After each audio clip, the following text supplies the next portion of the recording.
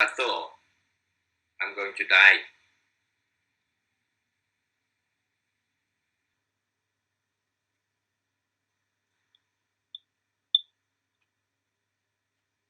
Uh,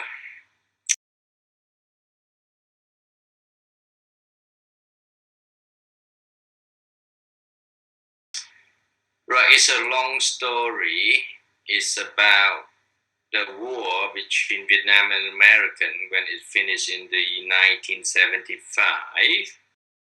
In the 1977-78, and then there's a problem with Vietnam and in the China.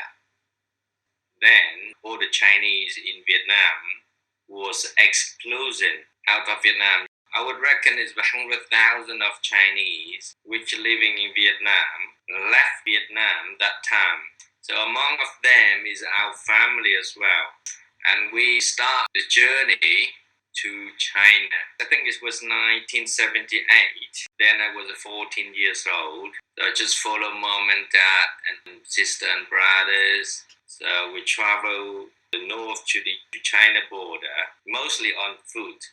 I think it would take about a week or so, and we cross mountains, rivers. At the end, we reach the border.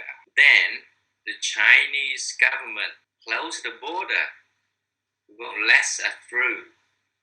We have to stay at the border, that is Vietnamese side. When we arrive there, there's nothing, we have to build a tent. We have to go up the hill to chop all the trees and use the wood, lay on the floor, and with the leaves, we can make it like a tent, and we sleep there.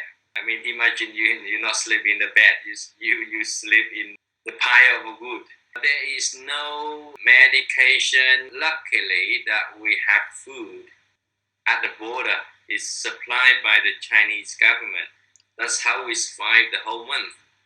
The most problem is that the hygiene, because there's no toilet. So people are pooing everywhere. It's just so disgusting if I think about it. One day, the Vietnamese government sending soldiers and they're asking us to go back to Vietnam. We refuse to go back. And then there's a fight broke out with the soldier.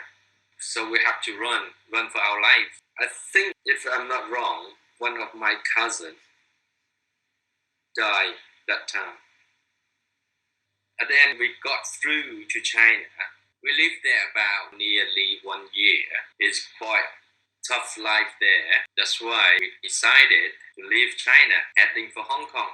We got about 126 people, that including children.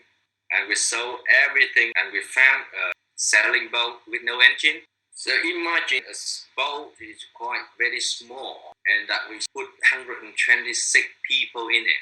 There's no chance that you can sleep. So we just pull up the sail and hoping for the wind to blow us. Only thing that is we've got a compass, that is the direction. It is so hard. Luckily, we find this one, the Hong Kong fishing boat. We send somebody to the pulling fishing boat. When the storm coming, wave just slap into our boat. The boat is cracking, the water coming in, and then I thought, I'm going to die. I just sat by the side of the boat. The dying experience that I have is nothing, no fear at all, because I knew I was going to die, because the boat is leaking, the water is coming in. People try to use the bucket to try to get the water out. The only thing is lucky is that we got somebody inside the boat. If they cut that rope, that means we are finished. If that boat is stopped, that means our boat is sunk. It's luckily that we got somebody up there, so they cannot do that. And they keep pulling us the whole night till the morning when we reach Hong Kong. And then we saved. We was sending out to the refugee camp. And then we settle down there, and then we can go out and find jobs. And waiting for other countries like Canada, America, England, European, a lot of countries, they will settle us. So our family is settled in England.